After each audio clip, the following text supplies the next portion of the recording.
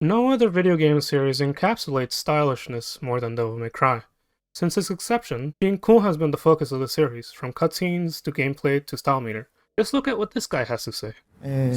見てかっこいいのは、映画だと思うんですけど、デビルはプレイしても、自分がかっこよくなれるっていう、作品です。The movies are the things that you see it and it's cool, but Devil May Cry is the apparatus that you yourself can be cool. That's the merit of the games.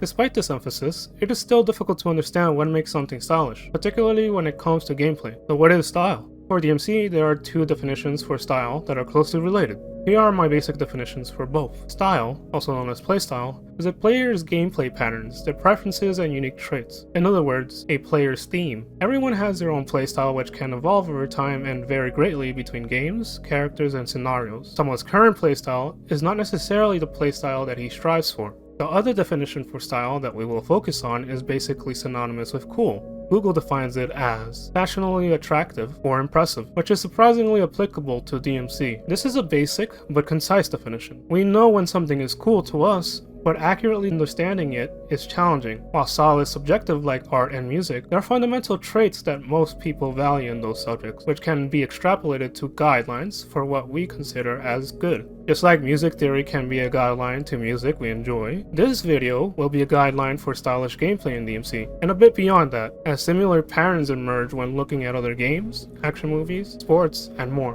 While not everything mentioned in this video will be universally agreed upon, most of it will, especially among high-level style players. Without further ado, this is the style theory of Devil May Cry. What is considered stylish can be broken down into two groups: aesthetic and skill. Before breaking these two components down, it is worth mentioning a few things. Firstly, each group has several elements, with most having their own rare exceptions. Second is that you do not need to use all or even a fraction of these elements mid-gameplay. These are general rules that you can choose to use and even disagree with. Your taste is ultimately paramount. However, do not be surprised if not many people find your gameplay very stylish. Third is a hugely important variable worth mentioning: variety, something that applies globally. Variety is the main driver for the creation of the style meter, which decreases if you repeat the same moves too often. While the style meter is far from perfect, its intent is to encourage players to be varied. The reason variety is important is boredom. Even if you were to execute the coolest and hardest technique in DMC, if you do not vary it up, your gameplay will eventually become boring. Variety is the spice of life, creating visual and conceptual stimulation. This is not to say that you can never be repetitive. In fact, repetition can create interest when used sparingly. However, one's default should lean towards variety. Variety is also affected by the viewer and player experience. Players with little experience need little variety to find gameplay stylish, whereas experienced players need more variety and novelty, as we've gotten used to seeing and executing simpler techniques, combinations, and solutions. Therefore, what is stylish to someone might not be stylish to someone else, due to differences in experiences with the games and style scene. It may very well be the case that people's style preferences would be much more similar if experience were adjusted for. This medium uses time to its advantage, so movement of on-screen elements becomes important. A stationary style play is less stimulating than one that is heavily mobile. Basically, cool object is cool, but cool object moving is cooler. Take these clips for example. Despite being nearly identical in terms of moves used, the clip with more mobility is a bit more interesting than the other. Movement can be made more interesting if done in varying directions. Generally speaking, you will shove the enemy during combat, making both of you move forwards over time. This can be made nicer by adding vertical movement. Launchers are especially useful as they generally start juggles, move you upwards, and can easily continue a combo. Adding occasional downward movements, such as Helmbreaker or Trick Down, is a logical continuation of this. Forwards, backwards, and diagonal movements are also important but often require hard execution. Side switching is another concept that changes your orientation relative to the enemy, which in turn changes how the movement directions are perceived. All of a sudden, moving forwards towards the enemy means you're moving to the left instead of to the right, and vice versa. And it is not just your character's movement to keep in mind, but the enemy's movement via their own actions, your actions, and environmental interactions. In some instances, you can make movement more complicated by having vectors different between you and the enemy. Usually, movement between the two of you goes towards the same direction or one of you is stationary, but having different vectors between both is rare and may add appeal. So far, we've seen movement applied from a 2D perspective, like a side-scroller beat-em up. However, this is a 3D game, so movement in the Z-axis also matters, even if rare. The outcome is the enemy and character creating complex lines and shapes in 3D space with movement.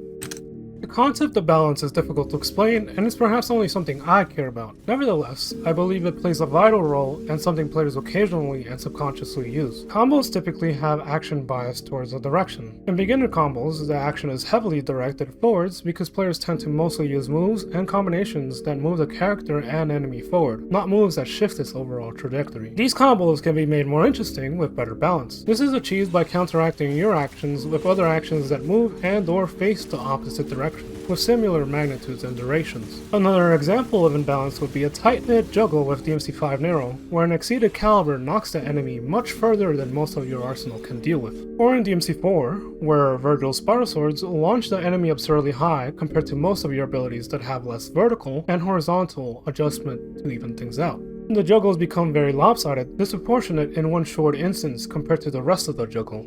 Avoiding using moves that move yourself or the enemy disproportionately far compared to the rest of your kit is a way to fix this form of imbalance.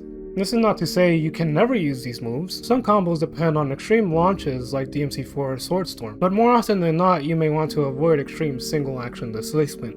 Also, notice how I mentioned move direction, not just movement of the player and enemy. Reversing moves can add some balance and variety in a world where most moves are directed towards the enemy. Even if they miss, it can add an interest visually as well as being impressive because it takes skill to use whiffed attacks without being awkward. This does not just apply to juggles either. Reversal and just killing time can use this concept. In this example, I Skystar diagonally towards the left, then right to counteract that movement, adding an element of symmetry as well. You do not need to make things perfectly balanced. Having moderate directional bias may be just as good. Some combos can even be good with a heavy bias because they may want to showcase something that is valuable enough to sacrifice balance. Sometimes, heavily directional bias makes a combo good. Each combo has its own paths and shapes, some more complex than others, some shaped by the game and characters' own limitations. DMC3, for example, has less horizontal movement and enemy displacement potential compared to later titles, so it is fine if combos lean heavily towards the direction in DMC3. We can better understand what we are seeing at slower speeds compared to faster ones. Therefore, we are wowed by faster gameplay more easily. There is a gray area between what we can easily perceive and what we largely cannot,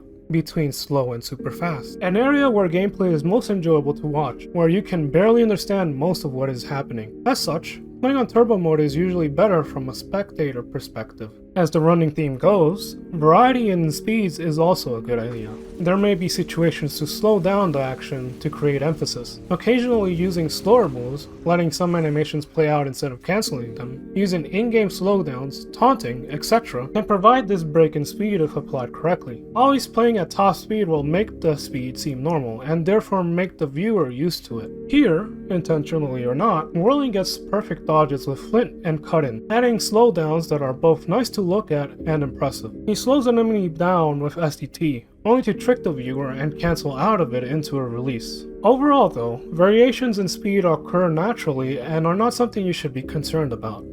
Flow is simply avoiding awkward pauses unless absolutely necessary. Avoiding walking, running, obvious unsteady gaps between things like gunshots, standing still, falling normally, unnecessary pauses between moves, too much repetition, too much downtime, taking hits, etc. are all things that can ruin your flow.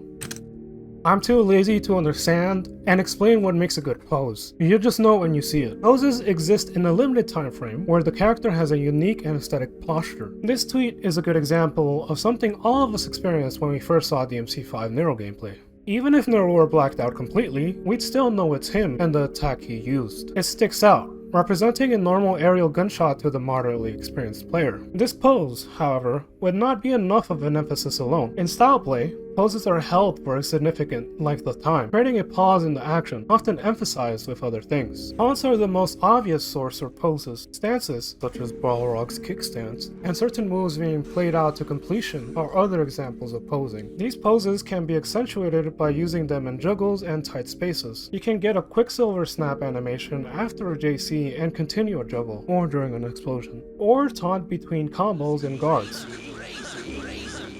You can add a further emphasis by adding effects over them, switching styles, activating DT, adding summon sword formations, using Dreadnought, etc. are options you can use to layer pose.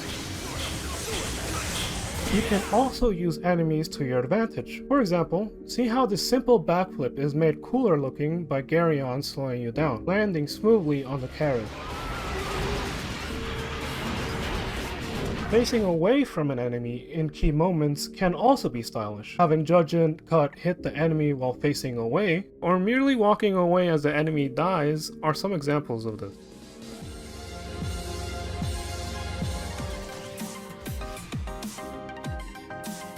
This is a classic trope seen in so many other forms of media. Similar to posing, manipulating animations in unintended ways can be stylish. When you taunt and activate DT and DMC3, your model does not change until the animation is over, adding a distortion effect over your normal form. This can be made more colorful by switching weapons for different DT auras. Activating Quicksilver during a Nirvana attack can cause you to create more lightning effects than usual, creating an odd effect. In DMC5, you can lock on out of a neutral stance and use your Gunslinger ENI shot to have Dante shoot during the pistol flip animation. A lot of these manipulations can be jank when used alone, but could be stylish depending on the situation. When jump cancelling into an ENI at the right heights, DMC3 Dante seems to shoot over the enemy. In Reboot, King of Jank, you can do a caliber that faces away from an enemy with unique applications for gameplay. One thing that is especially relevant to posing is the camera. During unique poses and moments, one can move the camera, whether it be circling around you or aiming upwards, making the action seem more grandiose. Constantly moving camera can make gameplay look faster as well. Moving the camera can add emphasis during moves, such as in DMC5, where you can move the camera in the opposite direction of your side hike, making it seem faster, something that DMC player DH Malice did a lot. Easy moves that zoom in and alter camera angles, such as Kick 13 and DMC5, also provides variety in gameplay. Reboot and DMC5 both apply this with their kill cams, as well as adjusting for speed for emphasis. Applying camera movements can be quite difficult and in some instances limiting, so there is no shame in using the camera pragmatically from a perpendicular angle to appreciate the action. When used appropriately, repetition adds style by creating an expectation and theme for your gameplay. Adding subtle tweaks to each repetition is an easy and effective way to make such repetition more complex over time, sometimes playing with a single idea. This is easily seen with boss fights, where a theme emerges from exploiting a boss's vulnerability, creating anticipation anytime this vulnerability pops up, making the viewer question, what other neat trick will he show off this time? Not all repetition is created equal. Repetition of simpler moves and sequences, especially if the individual moves are lengthy, can be boring, such as repeating a simple JC sequence. Conversely, repetition of a more complex, short, and difficult sequence can be good, such as side raise and its variations. Repetition can also allow players to create symmetry, as seen by the side rave example. Again, variety is the name of the game, but more than that, avoiding using the game's default preset combos, such as a regular Rebellion ground combo, can make your gameplay less predictable. Of course, if you never finish the preset combos, finishing them is an unpredictable option. If you want to knock an enemy down, you may want to use Helmbreaker instead of Balrog's hammer, which requires the move beforehand to use, making the gameplay less spontaneous than it could be. There are two different styles of play. The first is considered a clean playstyle and generally follows this style theory video. Things like avoiding repetition of a move back to back, such as doing 2 gunshots in a row instead of 1, a respect for symmetry and balance, only using the first move in a string, completing combos, avoiding messy crowd control, etc. Most advanced players tend to strive for this cleaner playstyle. However, the other playstyle is more dirty and does not completely respect these conventions, doing the opposite of what a lot of cleaner playstyles do. This does not mean that they completely ignore all these style guidelines. One example of this is flow. A good dirty playstyle still flows well and largely avoid awkward pauses. Dirtier playstyles may also be a little quirkier and glitchy, using techniques that may not be used as often simply due to how they look aesthetically. Occasionally, a dirtier playstyle may use more easier and simple strings for variety's sakes. If a clean style is a Metallica logo, then a dirtier style is whatever this is. How you finish an enemy can make or break a combo, boss fight, or room clearance. It is like a film, where the journey can be great, but if the ending is bad, it kinda ruins the whole thing. The finishing attack is usually impactful by having heavy damage and a cool lingering pose, often with a longer recovery time, and pays attention to the flash use of death animations the enemy has, based on a variety of factors such as it being in the air versus on the ground. Simply put, a powerful hit. These are often found at the end of preset combos and lock-on bound moves. It does not always have to be a powerful and flashy finishing blow. It could be something like the last hit of Blistering Swords or Multi-Lock. Having an enemy killed with anything but the last summoned sword of Blistering Swords, or any other sequence of hits before the finishing hit, can make a combo feel inaccurate and messy. Making sure that the last hit flowed smoothly from the preceding attack is also important. No one likes a hesitant finisher. Having the finisher require multiple factors adds emphasis and precision to it. For example, DMC4 player Taka shows a pin explosion finish. However, there are a few major factors to achieve this. 1. The maximum number of pins needed to be spawned. 2. Enough pins to be embedded to kill it. 3. Lucy glitch to launch it while placing more pins around with its combos. 4. The enemy needs to be below a certain height relative to the ground to cause it to bounce around like this from a knockback. Adding timing and positioning to this and you get a complex and stylish finisher with pin up exploding the last pin. Skill is the other major part of what makes something stylish. For this section, I'll be starting from more fundamental skills and gradually transition into pure knowledge. Arguably, most skills require knowledge, so I lumped them together to make things more simple. Execution is your ability to know what you want and do it in-game, and to be able to adjust to your mistakes. It is the ability to do the proper inputs in the proper lengths, orders, and times. Generally speaking, the harder it is to execute your playstyle, the more stylish it is. One of the most raw forms of skill is reaction time. The faster you are able to react to a stimulus, the better. Assuming you are healthy, reaction time is arguably something you cannot improve upon naturally and permanently. However, one can seemingly improve reactions by improving your recognition of a stimulus at an earlier point in its animation. If we try this reaction test, the earliest point is when the color turns green. What we react to is obvious and easy to recognize. However, in-game, when an attack begins can be much more subtle. Here, a newer player may react to this point in the attack, while a more experienced player may recognize this as an attack much earlier, giving him more time to do something about it. Being ready for an attack can help with reaction time compared to being surprised by one, which means that knowledge of enemy patterns is also important. It is not just attacks from enemies that are worth reacting to, but situations and your own actions. Reacting to your mistakes in a juggle or reacting to opportunities, such as noticing another enemy available to JC underneath you, are examples of reactions required outside of enemy attacks. For instance, sometimes we may fail to Skystar towards an enemy and JC, so we will DT and Skystar again to fix this issue. Timing is the ability to send an input within a certain time frame. Most things have lenient timings, timeframes which are often intuitive, such as dodging an attack with a dash. But the term is usually applied for short time frames, timing which takes some or a lot of practice. Good timing is essential for most hobbies requiring hand-eye coordination, and DMC is no exception. The harder the timing, the more impressive and stylish something can be. Being able to use Royal Guard perfectly exemplifies this, as most people wouldn't see it as stylish if the timing needed to guard everything perfectly were lenient. More subtle forms of timing exist throughout these games, such as height management and other skills. Accuracy applies to timing, inputs, and in-game spacing. An example of this is how accurately you can aim your Skystars. On keyboard, you are relegated to 8 directions, however you can modify them by moving the camera so that one of your 8 directions lines up to your target, be it an enemy to JC off of, or a platform. On controller, you do not have to move your camera as you have full 360 directional capacity. Despite this freedom, it is still difficult to aim to the right target, and it could also make it difficult to make perfect-looking free rays. Another example would be back-to-back free rides, where you have to aim your analog stick away from the enemy and jump off at the right distance.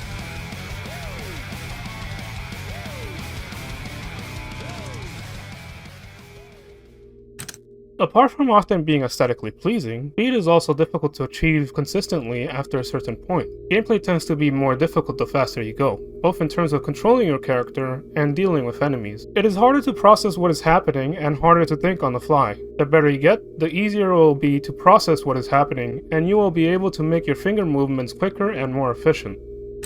The complexity of your inputs matter. A short million stab in DMC3 is less impressive than a longer one due to how fast you have to mash one button. But hitting multiple different inputs in a specific order at the same rate is far more impressive. This is because of the different buttons and input types used. Instead of a regular button press that most people are used to, we can add analog and hold inputs to increase the complexity. This is similar to rhythm games, where getting used to hold inputs while standard inputs are being executed can be more difficult to get used to, despite the actions per minute staying the same or even decreasing. The more complex the input chain, the more coordination one may need because more fingers are likely to be recruited, requiring conscious practice in the way one's fingers and hands move.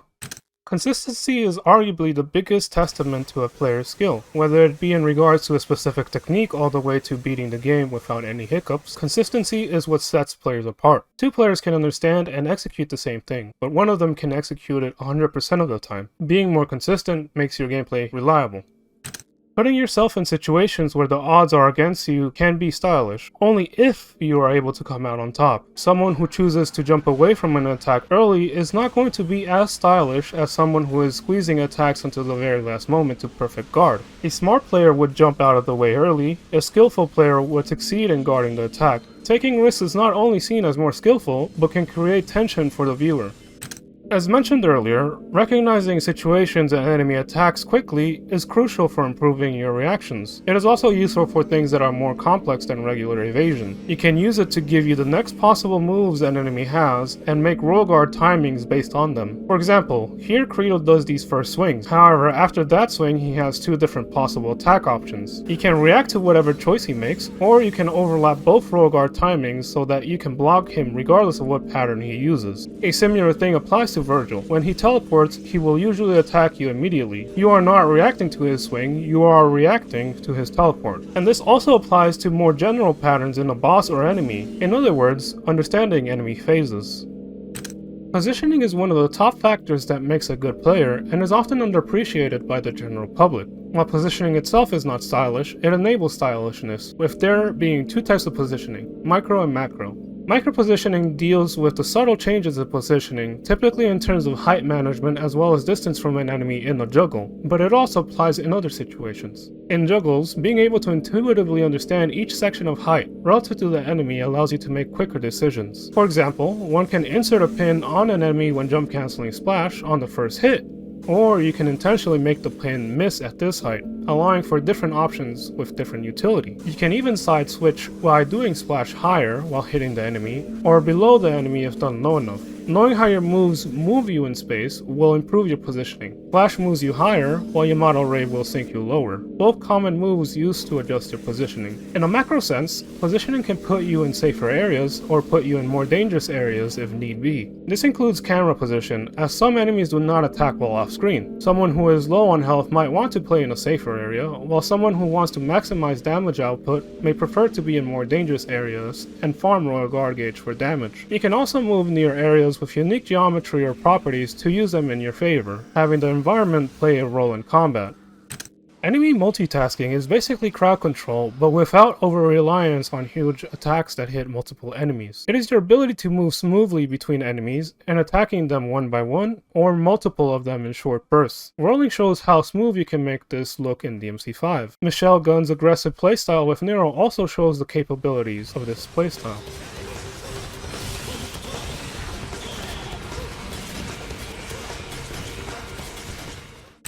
Being able to make changes to your gameplay quickly can be stylish, as it makes you less predictable, more flexible, and shows your familiarity with the situations at hand. The most basic form of improvisation is mixing different techniques together smoothly and avoiding doing them in the same order every time. Your brain contains a platter of techniques that you can pick and choose depending on the situation. If you already used that technique in a certain situation, next time you can choose a different one to maintain variety. Sometimes you will execute a completely new idea without having practiced or even thought of it before. These are rare moments that are especially gratifying to the player and can open new opportunities when such ideas become standard to your playstyle. A combination of fundamentals, problem solving, creativity, and maybe even luck can all play into these short moments.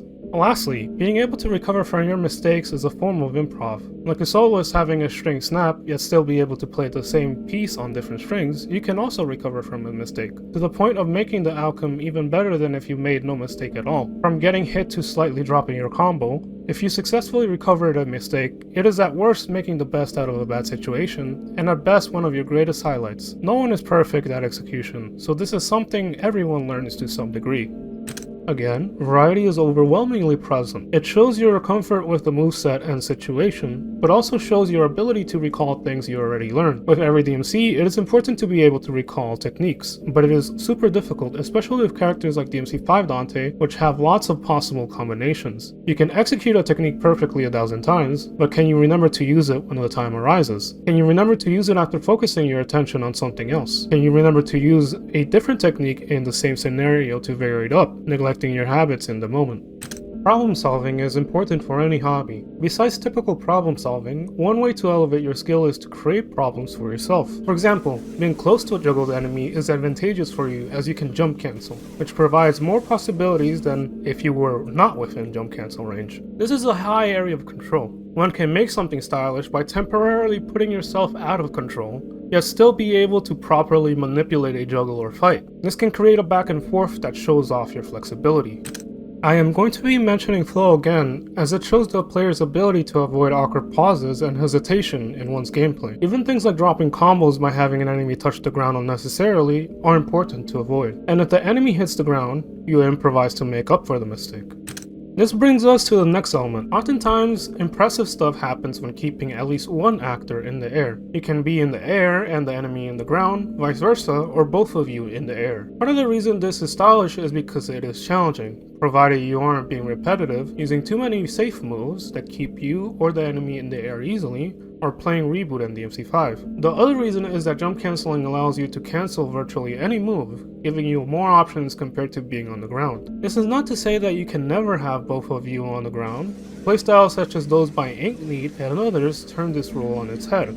Ironically, Reboot and DMC5 Dante have the best variety when it comes to ground combat, but generally speaking, most of the action is a combination of these states, and there are more states involving someone in the air than not. Knowledge of your moves can be flexed by using them in unconventional ways. In specific situations, attacks can dodge enemy hitboxes. You can reverse an attack to move out of the way, such as reversing a stinger, or to make an attack hit an enemy it otherwise would not, such as a reversed flint wheel or backslide. As mentioned before, moves can be used for traversal, such as height gain for skips or to get closer to an enemy. Sometimes moves have a unique interaction with other elements, like how you can also Mustang off of a Credo Spear. Having a detailed understanding of your attack's hitboxes can also be used to show off. Here, Hwang RS Fly uses Rapid Slash to knock the enemy towards Virgil. Even though you cannot see it, the hitbox immediately spawns behind Virgil, on the enemy before Virgil turns towards it. This also shows knowledge of unique ways enemies react to certain properties. Angelos react to your knockdown attacks by knocking back. Turtle Sensei shows this with Helmbreaker. Genova uses a high time to switch sides and hit the enemy simultaneously, and in the end uses a drive that hits the enemy behind him, contrary to what one might expect. Ara does a Helmbreaker under an enemy, which later hits the enemy despite being seemingly over. This is due to the hitbox lingering a lot longer than in other games. Using the environment to your advantage adds another layer of style. Elevated platforms, walls, interactable objects like a pole, ceilings, moving platforms, etc. are all environmental features you can use to your advantage. It shows you can manage three things: your character, the enemy, and the environment. Vanchon beautifully traverses through the environment and manages to move the enemy from one platform to another smoothly.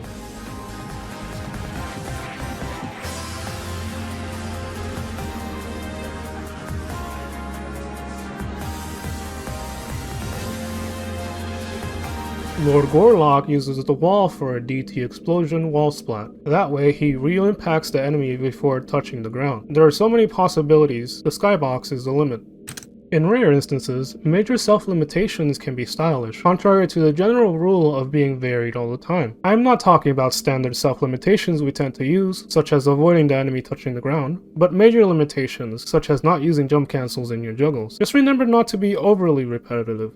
Being able to show off how well you understand enemies is also stylish and adds loads of extra possibilities. Knowing regular enemy and boss patterns is often required to cleanly deal with them. Here, Kwang Hyo purposefully has a Furion camera in the background as he's juggling another enemy, purposefully baiting its attack so he can royal release mid-combo. We'll talk more about this later. And with that, we covered most of the common elements that players use to be stylish. Most of these will be used consciously or unconsciously by most players, if they have a lengthy and exploratory career. Throughout DMC's history, several stylish tropes have come about. These tropes often combine many elements we have covered and are often highlights of a gameplay video. These tropes have never been formalized, so I'll give them names for now. This can also be seen as a miscellaneous section of this video. Mirroring is mimicking your enemy in some form, often at the same time. This requires good timing and knowledge of enemies' patterns and AI exploits. It gives a sense of symmetry and balance while also having a playful, mocking feel to one's gameplay. Top Reader arguably shows this best in a video showcasing every style against Doppelganger. He will use DT activation, volcanoes, and zodiacs colliding against doppelgangers to mimic and even cancel the boss's actions. DMC5 does this when using SDT against Virgils, or DMC4 Virgil against Sanctus. It can be something as simple as walking to the side when Credo does, as Blaze shows in his TST4 entry. It seems simple, but it required attention and knowledge to come up with this in the first place. Sakaki mimics this Credo combo with the use of reversals too. This isn't really mirroring, yet it kinda is. Look at how Doppelganger takes care of the brother in this Agni and Rudra fight. It is symmetrical and captivating. Another trope is the synchronization of two actions, making it seem like they're both linked together. Referring to this Sakaki's Credo video again, this finisher syncs several things together, requires great timing, planning, and a deep understanding of Credo's death animation. He inserts a pin. The last hit of Dante's Macabre is whiffed on purpose, but Credo's recovery makes it seem like he got hit by it. When Dante swings his sword again, the pin explodes, killing Credo and making it seem like the sword swing caused it. Credo's death animation makes him explode on his own, but Sakaki uses Dimension Slash at the right time to make it seem like the attack was responsible for this. His death animation would have been skipped if he killed Credo while airborne. Both this triggered out combo by D-Boat and this combo by Grace cleverly sync Nero's gunshot taunt with a charge shot explosion, which requires an intelligent setup.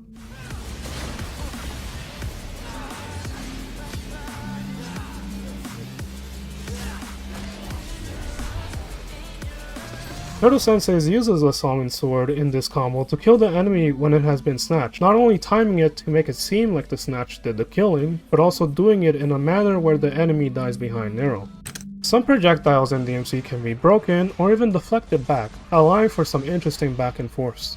Going back to Top Raider's Doppelganger fights, he shows different ways to parry Doppel's projectiles. At a distance, Doppel will do this back and forth with you a number of times before giving up. However, if you parry it early in its travel, Doppel fails to respawn, damaging him instantly. Just look at how crazy creative this is. Dante throws Sword Pierce at him, parrying the projectile at Doppelganger. The Sword Pierce is stuck in the wall behind Doppelganger and is then called back, parrying the next projectile he shoots. In Reboot, throwing projectiles at a Dream Runner will cause him to parry it back. Here, Michelle Gunn has a parry battle across the map with several projectiles, all while squeezing in attacks in between to kill the enemy when it can no longer parry them back.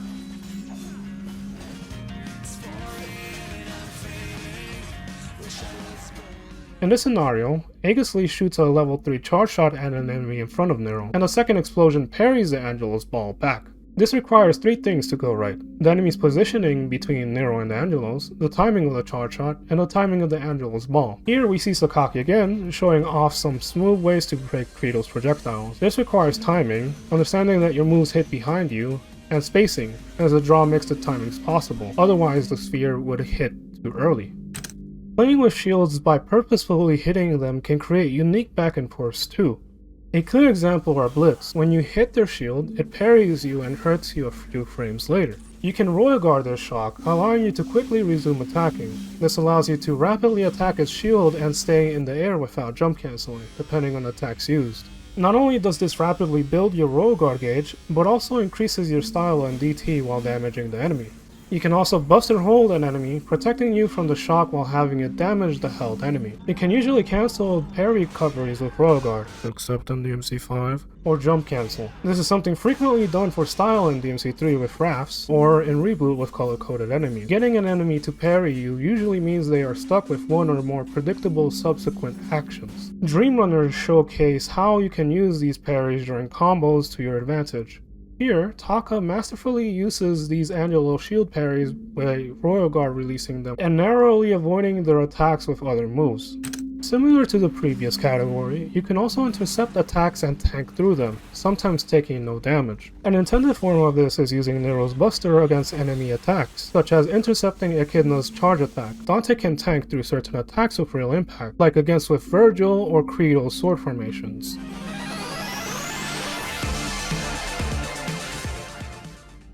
Taking advantage of enemy spawns can open up opportunities. When entering the second or third floor of Bloody Palace, enemies move predictably during the first few seconds, allowing you to use them as stepping stones for cool Skystar patterns. You can catch enemies jumping off spawn like I do in DMC3 with Virgil, using moves with massive stun to catch them before hitting the ground. Spawns are consistent and acts as a reset button for enemies' behavior, so much so that speedrunners heavily rely on this and can be stylish like in Mission 1, where the action is carefully mapped out, using the knowledge of enemy spawns, lineups, and the fact that they tend to attack immediately.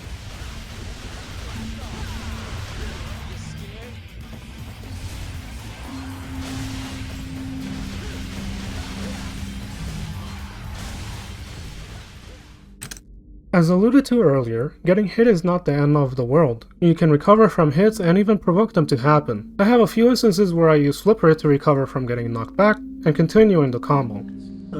Please watch my Loveless freestyle video, by the way, haha.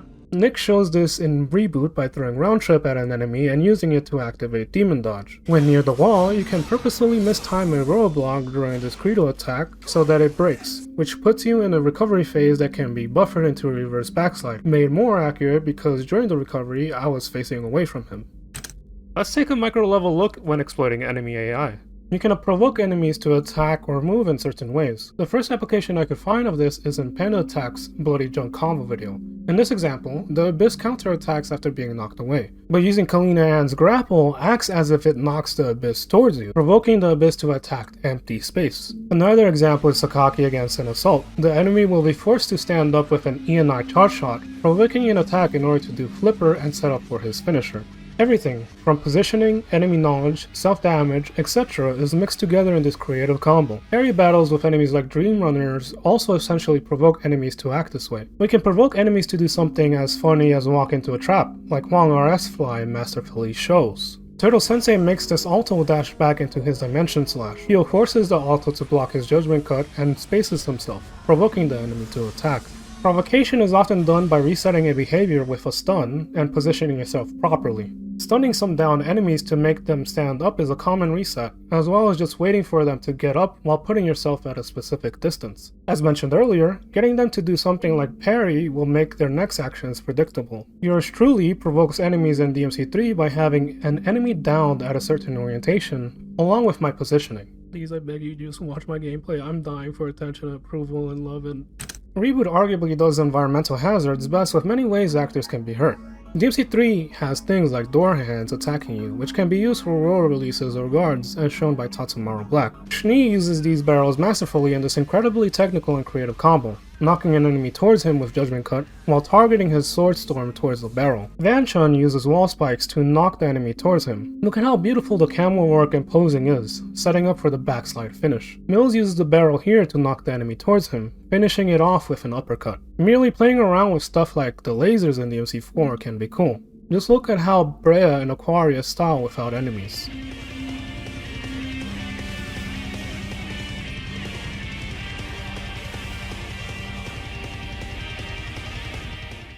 We talked about some obvious ways to use the environment, but it can also be used weirdly. Perhaps the best display of this is in the combo video Pendulum by Lee Feng. if Google Translate is accurate. Tons of creativity in this, from flying under a bridge in a combo, to making the enemy slide towards you due to a weird slope, to having an enemy be killed on top of a small invisible ledge. One of the best combo videos, period. In this example, you can make a Mega Scarecrow go through a wall using Buster Hold, or like Ixtilly, I think that's his name, does in his TST4 entry. Hwang or S-Fly forces these enemies out of bounds using their ability to go through floors against them.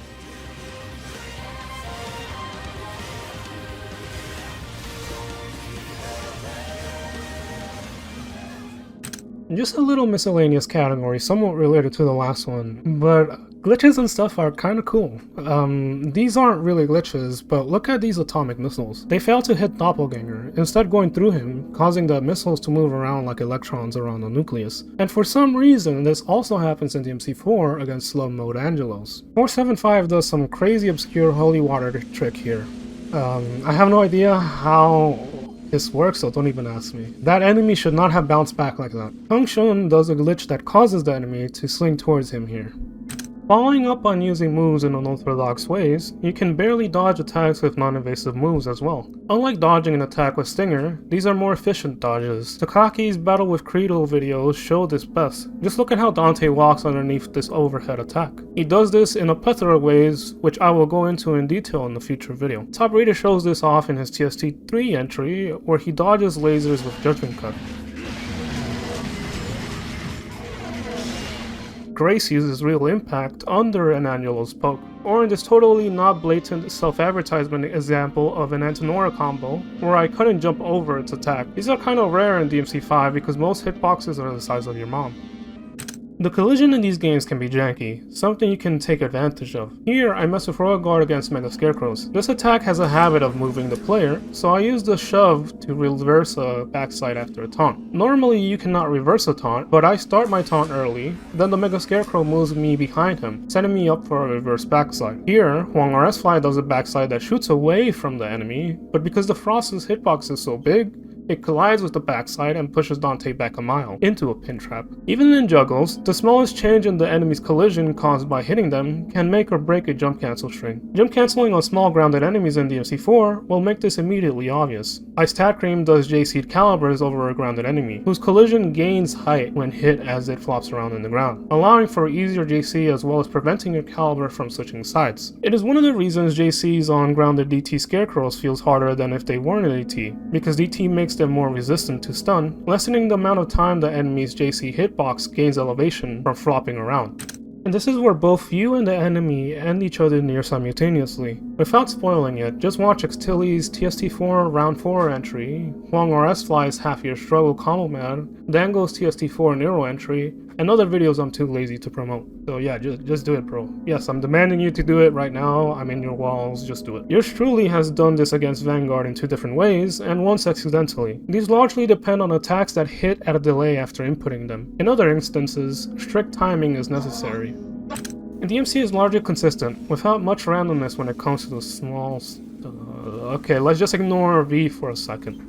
However, there's still some amount of randomness, or things that are too complex to understand and control reliably, that it might as well be random. Inserted pins knock an enemy to a seemingly random direction. I say seemingly random because the randomness of the knockback is usually constrained to a general direction. If you were to skystar towards the area that you think the enemy will knock back towards, the enemy will not always be close enough to catch. This makes combos that use this much more time consuming, as not only is the combo likely to be difficult, but even if it was not, you would still depend on probability to succeed. These type of combos exist but are incredibly rare, like this one from Hwang or S-Fly. However, this one has a pin randomness mitigated. Not only is the area good for combos that take advantage of slopes, but the randomness is mitigated because it is a narrow corridor. This means that the enemy will always be in this narrow line of sight, allowing for drive to hit even if the pins knock it to the left or right. Here, Turtle Sensei uses Mega Scarecrows, taking advantage of the huge size of both the Mega and the Dimension Slash, decreasing the need for accuracy and therefore the impact of randomness. Mega Scarecrows tend to knock back towards the opposite direction it was previously knocked from, assuming it is near the ground, making things a little bit more predictable. A similar thing can be seen here by Aura, where Drive's massive hitbox makes contact with the massive enemy. There's also another strategy, which is that it doesn't matter where the enemy knocks back to, as long as your attack can track it, like 2B Power does here. He shoots the enemy, which does not require the player to predict where the enemy will be, and follows up with Dive Kick. Similar things can be done with Round Trip and other moves that track.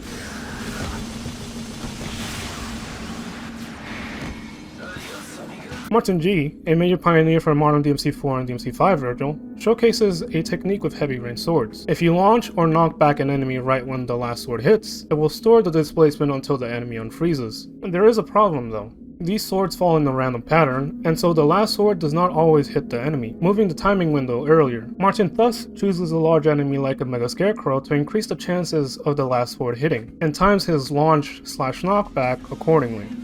The DT combos in DMC3 require keeping track of moves used, using some basic maths to reliably displace an enemy. Experienced players will occasionally lose track of these numbers, so they will have to rely on probability. A simple example of this is using Virgil's Rising Sun, which has a 2 out of 3 chance of launching a DT'd Sloth. As such, this is a common desperation move players use. This isn't exactly randomness, but it does show that some things are very complex that you kind of have to fall back on probability. Hopefully you guys now understand how this abstract concept of style can become something tangible that you can use in gameplay. You do not have to use every single element mentioned here to be stylish.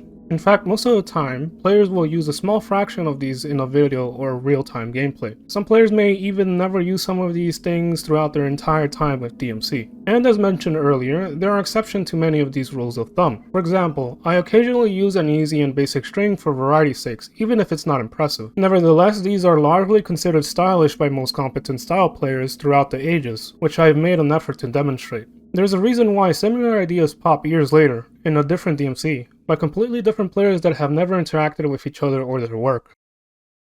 Now let's take a superficial look at the mediums outside of Devil May Cry that apply style to varying degrees. Perhaps the closest thing to being stylish in DMC is being stylish in the niche and ambiguous genre of video games called crazy games. These are single-player games with significant depth to their combat while also having a lot of flair to them, DMC included. Under this umbrella are games like Bayonetta, GodHand, Ultrakill, Ninja Gaiden, etc.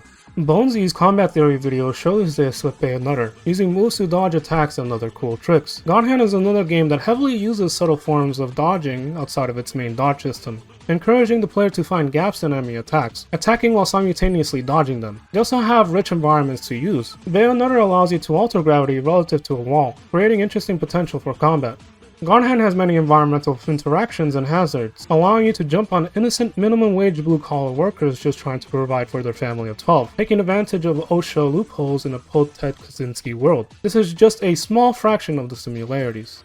These patterns are not just seen in crazy games. Modern Warfare 2 trickshotting is one of those cases. An entire scene created for clips that have zero practical application, solely for how cool trickshots are. Trickshots involve the player spinning around and doing a bunch of animation quirks, requiring some level of precision, timing, coordination, and a lot of luck. Some of these quirks include tactical knife flips, silent shots, bait shots, ladder stalls, wrist twists, and so on and so forth. They put a lot of attention to detail, from the most simple of things, such as a temper shot, which is a simple half zoom into a double weapon switch, all the way up to a wild care package glitch making your view tilted. Some of these techniques got used outside of trick shots. Check out this shotgun barrel roll from Rekator, something which he may have made a habit of already. This clip by itself would be sick, but the barrel roll is just a cherry on top. Similar thing can be said for reload cancels, which can be useful to shoot certain guns faster. It is just cool to do. Picking up weapons mid-clip and canceling the animation with a double weapon switch is practical, like it is in this clip. However, it is also used often for style. Things like ricochet throwing knife kills can be insane to plan and look at too. Quake is no stranger to these. Made for single player and multiplayer, people have made maps in an entire new genre of play, defrag. You move through a fan-made map as fast as possible, a racing game using arena FPS movement. This has led to the creation of maps where players can practice movement techniques. Eventually, players started to mess with techniques that have no real application for defrags, tricking for trick's sake. Finally, create a solution to problems that do not exist in the first place, a sandbox for Quake physics. And of course, the normal fragging experience can be just as sick. Apex Legends is another game worth mentioning. Having its roots in Titanfall, this game is rich with movement mechanics. In Apex, these movement techniques vary from super useful to things that are unlikely to make a difference. Most of these techniques rarely get used in actual tournaments, as no matter how good your movement is, good aim can offset and even punish it.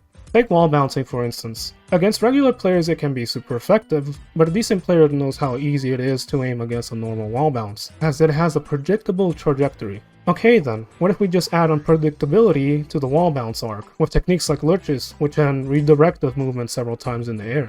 In such case, you can just wait for the enemy to stop moving and then shoot him. Nice try, bro. Much of this movement has utility and will twist most players' wrists, even against pro players when caught off guard. But from a purely pragmatic point of view, the relatively immobile playstyles from most competitors is better at winning games. That's bannable offenses, bro. That is actually an insane movement. The allure to this playstyle is mostly from how cool the movement is, both mechanically and aesthetically.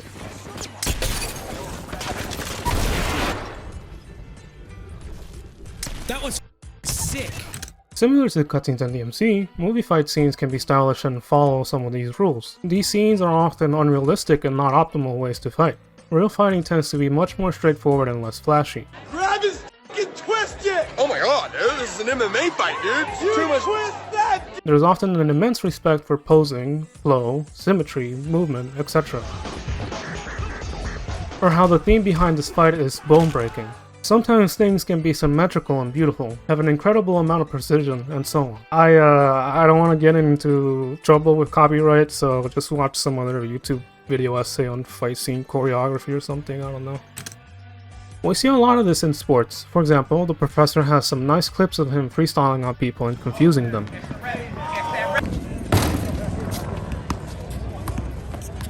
Dance is one of the most freeform ways to be stylish. I don't know, just look at it, posing and hypnotizing movement and stuff. I'm gonna be honest, I got super lazy with this part of the script. I don't even know what I'm doing anymore. I'm just gonna end it right here. And there you have it, how to style in the Devil May Cry series. This was a real pain to make. I despise writing, but I wanted this to be useful, and winging a commentary without a script would not do the topic justice. I've made this video for a variety of reasons. One is that no one has dissected this in the commentary before because, well, we mostly play the video games. With few players left, and fewer still that are familiar with the relevant DMCs and their meta history, I felt like it would be good to explain these concepts before they're lost in time for spectators and newer players alike that may have a hard time finding some structure towards improvement. Hopefully, spectators may become more understanding of this community and perhaps even advocate for future games, DMC or otherwise, to maintain their gameplay depth. I want more people to understand that there is a structure to being stylish in these games, that straightforward win-lose outcomes and or scoring systems in video games are not the only ways to measure skill and have fun. And for game devs to have a better understanding of what makes these games so replayable and iconic. This is also largely meant to be a foundational video that will provide context to much of my future commentaries on the series. This way I will not have to explain things in detail every single commentary. I also wanted to fanboy a little bit about some of my favorite players in video games and put them on a spotlight. Please feel free to check them out. These players and videos will be linked in the description. Okay, so another reason why I wanted to make this video is to give a special thanks to those who helped me get the hardware and software that I needed. This includes DMC5, its DLC, a new computer that was generously gifted to me by the community almost 3 years ago. Those were bad times, so I appreciate it a lot. I apologize for taking so long to formally give thanks. I'm a lazy and unorganized person, and I had a lot of personal issues during 2020. So I didn't think that a special thanks letter would suffice, so I decided to make this video. In part to give thanks to those who helped me. I'm not good with thanks, so it's a little hard. So I wrote things down, but So I would like to give a special thanks to these people because without them, this video wouldn't be made possible. So I'm gonna list them right here. Special thanks to Black Sheep, Blossom, Pacer Tech, Cosmic, also known as DE Cosmic, Danny Sturkov, DH Malice, Dino, I'm sorry if I, Heo, Lancelot, Lidemi, MA16V3, also known as Ma, MartinG, Mills, Nick, also known as Sphere, Wong Heo, RK, Skyard XV, I think that's Skyard 15, Super Troll, Teruta's, Turtle Sensei, Whirling. And yeah, I give you guys special thanks because you directly helped make this video. Yeah, it means a lot. I didn't, yeah, sorry for... Anyways, thanks for watching.